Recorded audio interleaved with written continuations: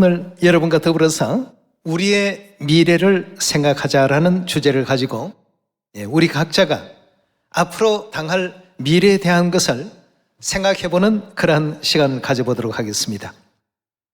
우리는 성경에 수만 가지의 예언들을 배우고 있습니다. 장차 천국을 미래로 맞이할 사람도 있을 것이고 그 반대의 경우의 사람들도 이 세상에는 참으로 많습니다. 그래서 우리 하나님께서는 우리에게 밝은 천국의 미래를 안겨주기 위해서 바른 믿음과 바른 또 진리 가운데서 행하기를 원하고 계십니다. 자, 그렇다면 우리에게 하나님께서 예비하고 계시는 그 미래 모든 삶들을 오늘 성경의 가르침을 통해서 함께 생각해보는 시간을 가져보도록 하겠습니다. 이 세상을 살아가는 사람들 중에는 성경이 공상이나 전설에 불과하다라고 생각하고 있는 사람들이 있는가 하면 절대적이고 확실한 우리의 그 미래를 보증하고 보장하는 하나님의 생명의 그 말씀이 담겨 있다, 이렇게 또 여기는 사람도 있습니다.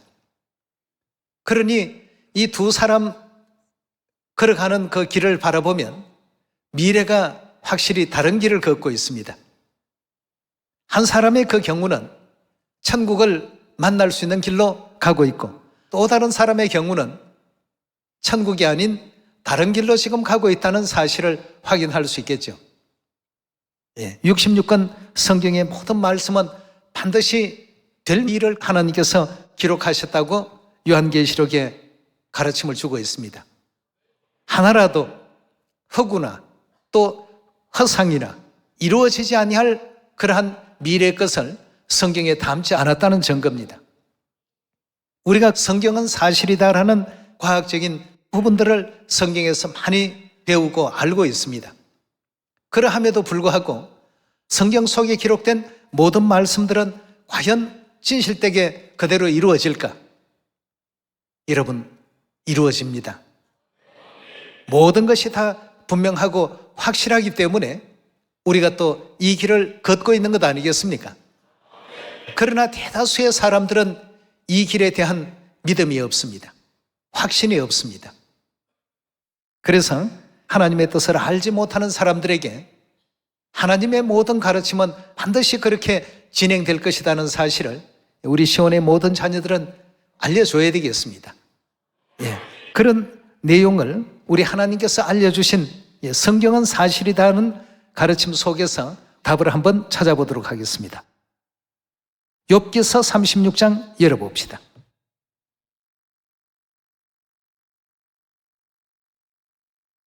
욥기서 36장 26절의 말씀 보시면 하나님은 크시니 우리가 그를 알 수 없고 그 연수를 계산할 수 없느니라. 그가 물을 가늘게 이끌어 올리신 적 그것이 안개되어 비를 이루고 그것이 공중에 내려 사람 위에 쏟아지느니라 그랬습니다. 이 장면은 지금으로부터 3,500년 전 그 기록으로서 이미 그 당시에 물의 그 순환 과정을 과학적으로 하나님께서 성경에 담아 놓으셨습니다. 근대에 와서 비로소 이 물의 순환 과정에 대한 이 부분을 과학자들이 설명하고 있는데 과학이 성경보다 훨씬 늦다는 사실을 우리가 발견할 수 있죠. 그가 물을 가늘게 이끌어 올리셨다. 또 그것이 안개되어 비를 이루었다. 또한 그것이 공중에 내려 사람 위에 쏟아진다. 물의 수증기로 증발하는 그 현상과 또 공중에서 모여있는 응결의 현상과 다시금 사람 위에 땅으로 내려오는 이 모든 물의 순환 과정을 3,500년 전 이와 같은 선지자의 글에 담고 있습니다. 이런 장면들을 보더라도 성경에 기록된 하나하나의 그 내용은 그 당시로는 알 수가 없었지만 3,000여 년이 지난 근대에 와서 이 모든 성경의 기록이 참이고 진실되다는 사실들을 인정하고 있습니다. 욥기서 36장만 그런 것이 아니죠. 이 성경의 그 우수성과 신뢰성에 대한 것을 먼저 우리가 이해를 해야만 성경에 담겨 있는 미래 우리의 그 모습들에 대한 하나님의 약속도 거짓이 없는 진리라는 사실을 확인할 수가 있겠죠. 우리 26장 6절의 말씀 함께 보도록 합시다. 욥기서 26장 6절입니다. 하나님 앞에는 음부도 드러나며 멸망의 웅덩이도 가리움이 없음이니라. 그는 북편 하늘을 허공에 펴시며 땅을, 여기서 땅이라고 하는 것은 지구를 어디에요? 공간에 달아놓으셨다고 했습니다. 3,500년 전에 이미 이 지구가 우주의 그 공간에 매달려 있다는 사실을 이와 같이 설명하고 있습니다. 아이작 뉴턴이라는 과학자가 만유인력이라는 법칙을 발견하기 전까지만 하더라도 세상 사람들은 평평한 어떤 네모진 곳에 사람들이 모여 있는 줄 알았습니다. 그리고 배를 타고 멀리 항해를 하게 되면 그 끝에는 낭떠러지가 있어서 떨어져 죽는 줄 알았습니다. 그 정도의 과학적인 지식이 근대까지도 이어졌더라는 것입니다. 그러나 3,500년 전 기록에서는 이미 이 지구가 허공에 매달려 있더라. 하나님께서 그렇게 매달아 놓으셨다고 성경은 우리에게 알려주고 있습니다. 이 성경은 이미 3,500년 전에 욥이라는 사람에 의해서 이런 모든 부분들을 드러내시고 설명하고 있는데, 과학은 그런 상식을 갖기 시작한 것이 한 500여 년 전부터라고 이렇게 하니까 이 성경이 사람들의 어떤 과학 기술보다도 3,000년을 지금 앞서가고 있습니다. 그러나 그 당시로서는 땅이 허공에 매달려 있다, 공중에 매달려 있다, 아무도 안 믿습니다. 믿을 수도 없고 말이죠. 그러나 근대에 와서는 성경에 기록된 모든 기록이 진실이라는 사실을 과학이 증명하고 있는 그런 시대 속에 우리가 또 살고 있지 않습니까? 자, 다니엘서 7장이나 다니엘서 2장이나 다니엘서 8장이나 여기에 예언되어 있는 장면만 보더라도 그 나라가 아직 형성되기도 전에, 이름이 만들어지기도 전에 하나님께서는 이미 바벨론 시대부터 메데파사 나라, 또 헬라 나라, 그리고 로마 나라, 그 나라들이 일어나서 어떻게 흥하고 어떻게 망하는지 다니엘 선지자의 예언을 통해서 이미 다 기록해 놓으셨습니다. 성경은 어느 부분을 보더라도 하나도 거짓됨이 없이 정확히 하나님께서 명해 주신 대로 되었고, 그리고 장차는 하나님의 그 떠인 돌이 우상을 또 다 물리치게 될 것이고, 그 하나님의 나라가 영원하고 영원할 것이며, 그 백성들은 결국 하나님 나라를 은혜롭게 유업으로 다 받게 될 것이다. 이런 예언들이 성경 가운데 기록이 되어 있습니다. 우리는 지난날의 역사를 보면서 야, 다니엘서 참 신기하다, 요한계시록 13장 또 17장 18장 보면 너무나도 기가 막히다, 지식적인 놀라움과 충격에만 멈춰버리는 사람들이 있습니다. 지식이 문제가 아닙니다. 이 모든 일들이 사실입니다. 그렇다면 우리의 미래도 반드시 사실로 이루어질 미래 아니겠습니까? 그 미래를 바라보고 이 복음에 우리가 또 힘을 기울이고 우리의 그 믿음의 길을 더욱더 견고히 하는 것이 또 하나님께서 바라시는 아름다운 믿음 아니겠습니까? 이런 과정을 겪은 한 사람이 있었습니다. 에스라서 1장과 이사야 45장에 설명된 바로 바사왕 고레스입니다. 고레스가 받은 감동은 대단했습니다. 하나님께서 명하신 대로 이스라엘 백성들을 노예에서 해방시키고, 또 하나님께서 명하신 대로 하나님의 성전을 짓는 일에 최선을 다했습니다. 모든 물자를 공급하고 이스라엘 히브리 노예들을 해방시켜서 자기 본국으로 다 돌아가게 했습니다. 당시에 노예를 해방한다는 것은 그 국가 경제에 막대한 지장을 초래하는 일입니다. 그것도 한 명, 두 명도 아니고 말이죠. 만 단위, 10만 단위로 넘어간다면 이건 너무나도 참 대단한 일인데 그 모든 희생을 감수하면서도 성경에 예언된 그 일을 그대로 집행을 했습니다. 왜냐하면 확신이 있었기 때문이죠. 근데 우리의 그 미래에 대한 예언의 크기는 고레스의 것과 비교할 수 없습니다. 그런데도 과연 고레스가 받은 그 감동의 크기보다 더 큰 감동을 늘 우리가 가지고 있을까요? 그렇다면 지금처럼 이렇게 잠잠할 수 없습니다.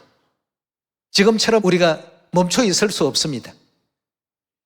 고레스를 바라보면 그렇습니다. 그는 할 수 있는 일이라면 무엇이든 돕고 무엇이든 지원을 했습니다. 막대한 국가 경제가 들어갔습니다.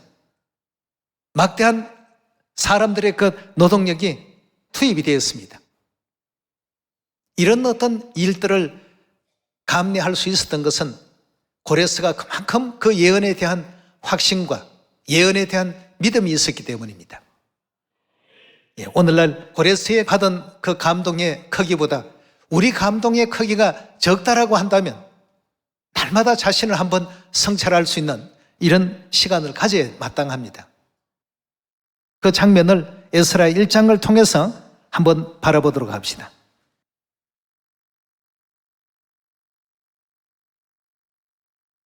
에스라서 1장 1절의 말씀 보시면 바사왕 고레스 원년에 여호와께서 예레미야의 입으로 하신 말씀을 응하게 하시려고 바사왕 고레스의 마음을 감동시키심에 예레미야의 입으로 하신 말씀은 70년 만에 바벨론에서 해방될 것이다 하는 그 예언입니다. 바사왕 고레스의 마음을 감동시키심에 저가 온 나라에 공포도 하고 조서도 내려 가로되 2절입니다. 바사왕 고레스는 말하노니 하늘의 신 여호와께서 세상 만국으로 내게 주셨고 나를 명하사 유다 예루살렘에 뭘 하라고요? 전을 건축하라 하셨나니 했습니다. 바사왕 고레스의 생각에 만국을 이제껏 자기가 정복해서 대단한 왕으로서 그렇게 스스로를 이해하고 있었는데 예언을 보니까 그게 아니었습니다. 이사야 45장에 자신에 대한 예언을 바라보니까 그 모든 역사는 하나님께서 전부 자기를 위해서 이루어 주셨다는 사실을 발견하게 된 것이죠. 고레스가 하나님을 본래 믿던 사람이었습니까? 하나님이 누군지 알지 못했던 사람입니다. 이방신을 숭배했던 이방인이었습니다. 그런데 여기에서는 하나님께서 세상 만국을 자기에게 주셨다라고 하나님께 영광을 돌리고 있습니다. 3절입니다. 이스라엘의 하나님은 참신이시라. 너희 중에 무릇 그 백성된 자는 다 유다 예루살렘으로 올라가 거기에 있는 여호와의 전을 건축하라. 너희 하나님이 함께 하시기를 원하노라. 무릇 그 남아있는 백성이 어느 곳에 우가하였던지 그곳 사람들이 마땅히 은과 금과 기타 물건과 짐승으로 도와주고 그 외에도 예루살렘 하나님의 전을 위하여 예물을 즐거이 드릴지니라. 5절입니다. 이에 유다와 베냐민 족장과 제사장들과 레위 사람들과 무릇 그 마음이 하나님께 감동받고 올라가서 예루살렘 여호와의 전을 건축하고자 하는 자가 다 일어나니 그 사면 사람들이 은그릇과 황금과 기타의 물건과 짐승과 보물로 어떻게 했다고요? 전부 도와주었더라고 했습니다. 어제까지만 해도 노예 생활을 했던 이스라엘 민족들이었습니다. 고레스 왕의 이런 칙령과 더불어서 노예에서 자유민으로 해방을 받고 해방받는 일뿐만 아니라 본국으로 돌아가서 하나님의 성전을 지으라고 갖가지 물자를 다 제공해주고 있습니다. 짐승과 보물로 돕고 그 외에도 예물을 즐거이 드렸더라. 에스라 1장에 나오는 장면들을 전부 읽어보면 참 고레스 왕이 하나님의 성경 이사야 45장에 나타난 그 장면 한 가지만 가지고도 이렇게 큰 감동에 취해서 하나님께서 명하신 일들을 진행하는 데 있어서 너무나도 적극적이었습니다. 우리는 우리에 대한 예언이 성경 가운데 많이 기록되어 있는 것을 알고 있습니다. 알고 있으면서도 과연 고레스만큼 이만한 어떤 열정과 이만한 어떤 노력과 이만한 실천을 우리는 하고 있을까 말이죠.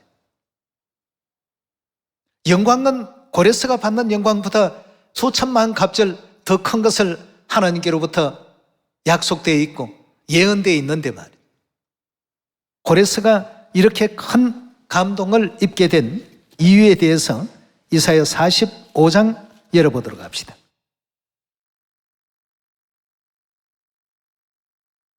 이사야 45장 1절입니다. 나 여호와는 나의 기름 받은 고레스의 오른손을 잡고 열국으로 그 앞에 항복하게 하며, 고레스 왕이 태어나기도 전에 이미 하나님께서는 너는 나를 알지 못할 것이다. 그러나 나는 너에게 칭호를 주겠단 말이에요.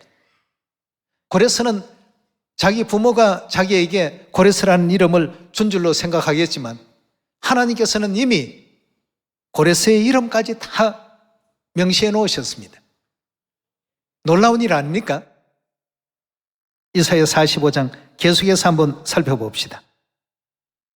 나 여호와는 나의 기름 받은 고레스의 오른손을 잡고 열국으로 그 앞에 항복하게 하며 열왕의 허리를 풀며 성문을 그 앞에 열어서 닫지 못하게 하리라. 내가 고레스에게 이르기를 내가 너 앞서가서 험한 곳을 평탄케 하며 논문을 쳐서 부수며 쇠빗장을 꺾고 내게 흑암 중에 보화와 은밀한 곳에 숨은 재물을 주어서 너로 너를 지명하여 부른 자가 나 여호와 이스라엘의 하나님인 줄 알게 하리라 그랬습니다.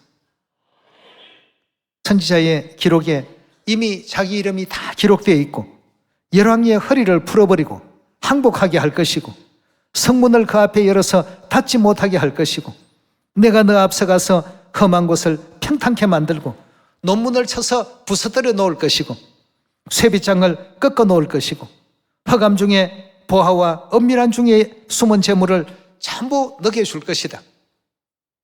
그리고 그 앞에 대적들이 없도록끔 모든 것을 다 네게 자유롭게 줄 것이다 말이야.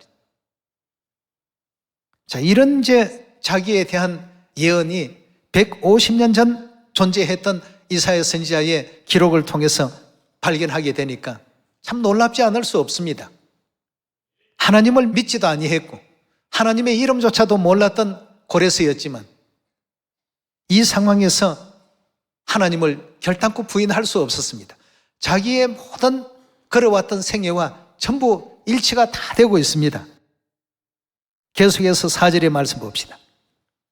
내가 나의 종 야곱 나의 택한 이스라엘을 위하여 내가 너를 지명하여 불렀나니 너는 나를 알지 못하였을지라도 나는 네게 칭호를 주었노라. 고레스가 참 보면 볼수록 너무나도 참 대단한 예언입니다. 5절의 말씀 보시면 나는 여호와라 나 외에 다른 이가 없나니 나밖에 신이 없느니라. 너는 나를 알지 못하였을지라도 나는 내 띠를 통일 것이요 해 뜨는 곳에든지 지는 곳에서든지 나밖에 다른 이가 없는 줄 무리로 알게 하리라. 나는 여호와라 다른 이가 없느니라. 나는 빛도 짓고 어두움도 창조하며 나는 평안도 짓고 환난도 창조하나니 나는 여호와라 이 모든 일을 행하는 자니라 하였노라 고 했습니다. 이 예언을 보니까 고레스는 잠잠할 수가 없었습니다. 그래서 잡혀있던 이스라엘 모든 민족들을 해방시켰습니다. 그 이스라엘 민족들은 이미 바벨론 나라에 포로로 전부 잡혀가 있었죠. 메데파사 제국이 바벨론 제국을 멸망시켰던 나라 아니겠습니까? 그러니 바벨론에 있던 이스라엘 민족들 노예 생활하던 그 사람들은 메데파사가 전부 다 인수인계 받았던 것입니다. 그 사람들을 해방시켰습니다.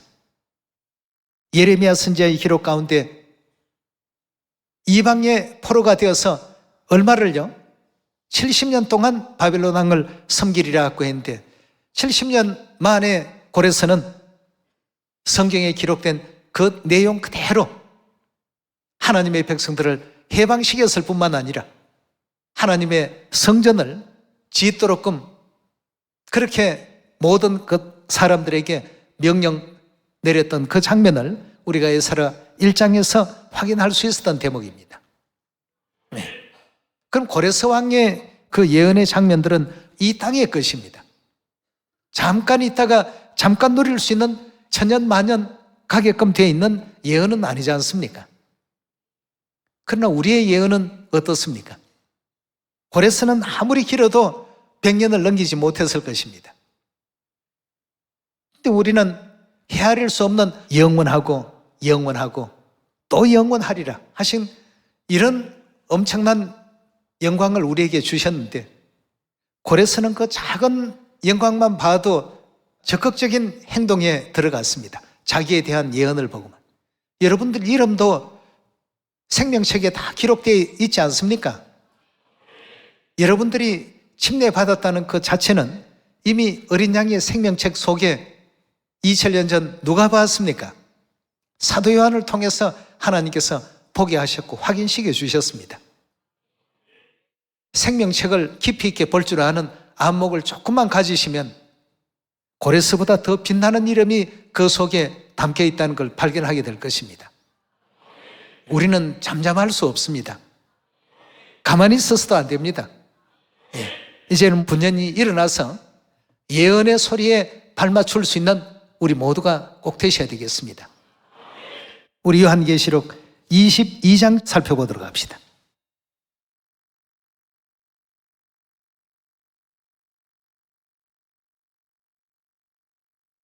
요한계시록 22장 1절입니다. 또 저가 수정같이 맑은 생명수의 강을 내게 보이니 하나님과 및 어린 양의 보좌로부터 나서 길 가운데로 흐르더라. 강 좌우에 생명나무가 있어 12가지 실과를 맺히되 달마다 그 실과를 맺히고 그 나무 잎사귀들은 만국을 소성하기 위하여 있더라. 다시는 저주가 없으며 하나님과 그 어린 양의 보좌가 그 가운데 있으리니 그의 종들이 그를 섬기며 그의 얼굴을 볼 터이요 그의 이름도 저희 이마에 있으리라. 다시는 밤이 없겠고 등불과 햇빛이 쓸데없으니 이는 주 하나님이 저희에게 빛이심이라. 저희가 세세토록 왕노릇 하리로다 하고 했습니다. 누가 하는 게 왕노릇입니까? 표현을 순화시키자면 세세토록 왕의 일을 할 것이다 라는 그런 의미 아니겠습니까? 예. 하늘나라의 왕은 이 땅의 왕하고는 다릅니다. 이 땅의 왕들은 골치 아픈 일도 많고 속상하는 일도 많고 자신을 불편하게 만드는 수만 가지 일이 있습니다만 하나님 나라에 고통이 있습니까? 아픔이 있나요? 슬픔이 있습니까? 그건 하나님 나라의 왕노릇은 영광입니다. 영광만이 존재하는 자리를 하나님께서는 세세토록 할 수 있도록끔 지상에서 회개하고 돌아온 자녀라면 누구라도 베풀어 주겠다고 약속하고 계십니다. 성경에 기록된 모든 내용들이 사실이라고 믿는다면 여러분, 우리는 고레스보다 어떤 위치에 있습니까? 고레스는 짧은 기간만 왕노릇하고 결국 이 세상을 떠난 사람입니다만 우리는 비교할 수도 없는 그런 은혜로운 약속을 지금 가지고 있습니다. 그런데도 고레스의 그 감동은 우리의 그 감동과 비교할 수 없는 크기를 가지고 있습니다. 사실은 우리의 그 감동이 어떠해야 됩니까? 고레스의 것과 비교가 안 될 만큼 커야 되는데 행동이 말을 해줍니다. 감동이 적은 사람은 적은 행동을 할 수밖에 없고 감동이 큰 사람은 큰 행동을 합니다. 계시록 22장 10절의 말씀 좀 더 살펴보도록 합시다. 10절의 말씀 보시면 또 내게 말하되 이 책의 예언의 말씀을 임봉하지 말라. 때가 가까우니라. 불의한 자는 그대로 불의를 하고 더러운 자는 그대로 더럽고 의로운 자는 그대로 의를 행하고 거룩한 자는 그대로 거룩되게 하라. 보라 내가 속히 오리니 내가 줄 상이 내게 있어 각 사람의 그의 일한 대로 갚아주리라고 했습니다. 일한 대로 갚아준다. 어떤 사람이 많은 일을 하고 많은 상을 받을까요? 우리의 미래에 대한 성경에 기록된 예언을 얼마나 감동 있게 받느냐에 따라서 행동의 크기도 거기에 정비례한다고 볼 수 있겠습니다. 고레스가 받은 감동이 얼마나 컸는가는 그가 한 행동을 보면 알 수 있듯이 우리도 하나님께로부터 가르침을 받은 이 모든 내용에 대해서 우리의 미래가 이렇게 대단했구나, 이 사실을 깨닫는 그릇의 그 크기에 따라서 우리의 행동의 그 크기가 달라집니다. 행동의 크기가 작은 사람이 있고 행동의 크기가 큰 사람이 있습니다. 그건 그가 받은 감동의 크기의 차이라고 볼 수 있겠습니다. 그래서 일한 대로 어떻게 한다고요? 하나님께서 갚으시겠다고 했어요. 왜 그렇게 하셨을까? 하나님의 말씀에 20% 믿는 사람이 100% 일 못합니다. 절대 그건 있을 수도 없고 할 수도 없습니다. 50% 믿는 사람이 100% 일 절대 할 수 없죠. 100%를 믿는 사람이 100%의 일을 할 수가 있습니다. 그래서 우리 하나님께서도 그 사람의 일한 대로 갚을 것이다 고 말씀을 주셨고요. 다니엘 7장 18절의 말씀 함께 보겠습니다.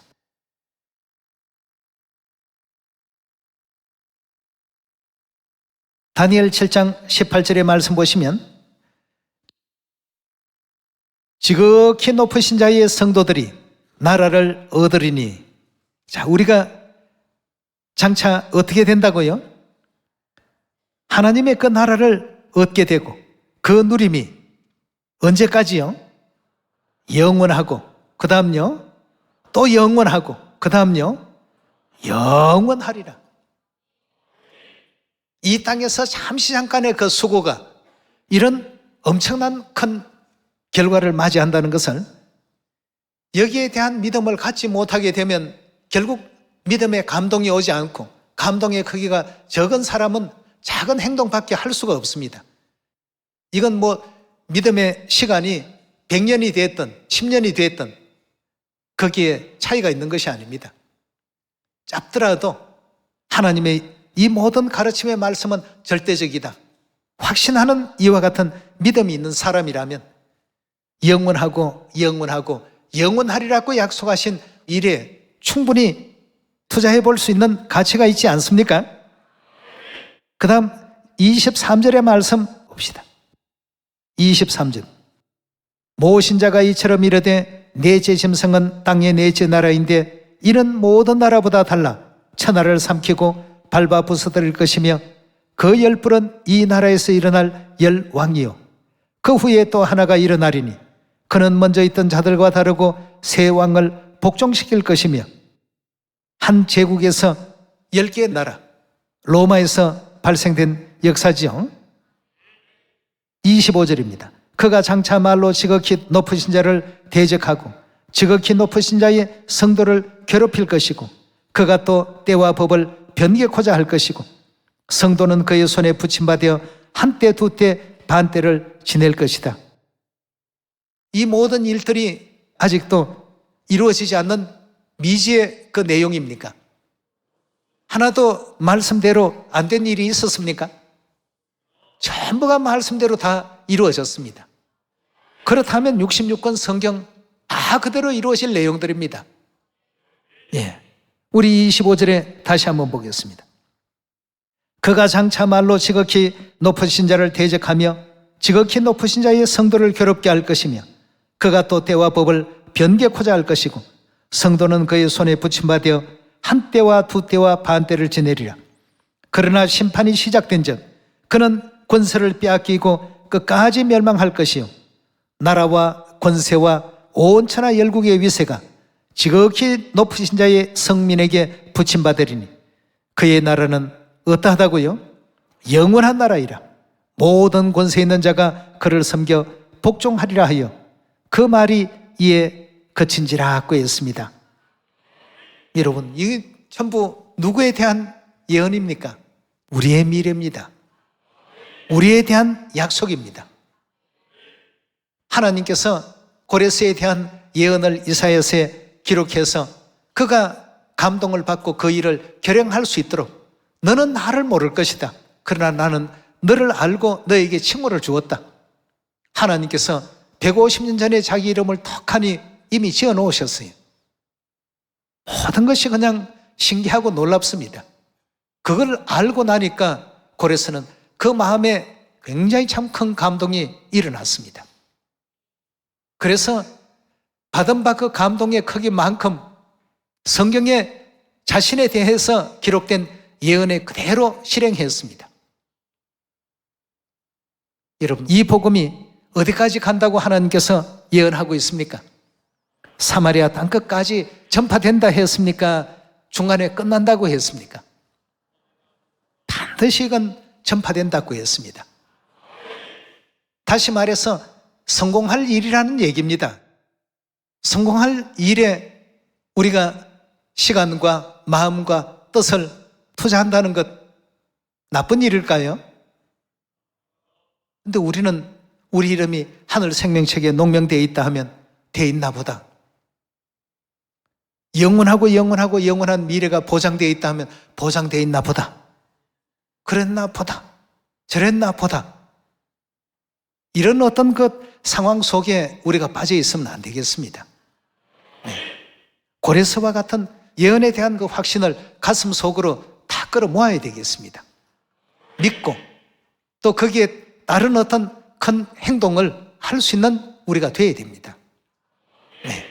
6,000년 기나긴 세월 속에 하나님께서는 때로는 비유로, 때로는 사실적인 내용으로, 때로는 변장식에서 시처럼 보이게 하시고, 때로는 역사처럼 보이게 하시고, 때로는 어떤 전기집처럼 만들기도 하시고, 다양한 형태의 방법으로 66권 성경을 만드셔서 오늘날 새 언약 지키는 마지막 자녀들에게 전달해 주시느라고 얼마나 노력하셨습니까?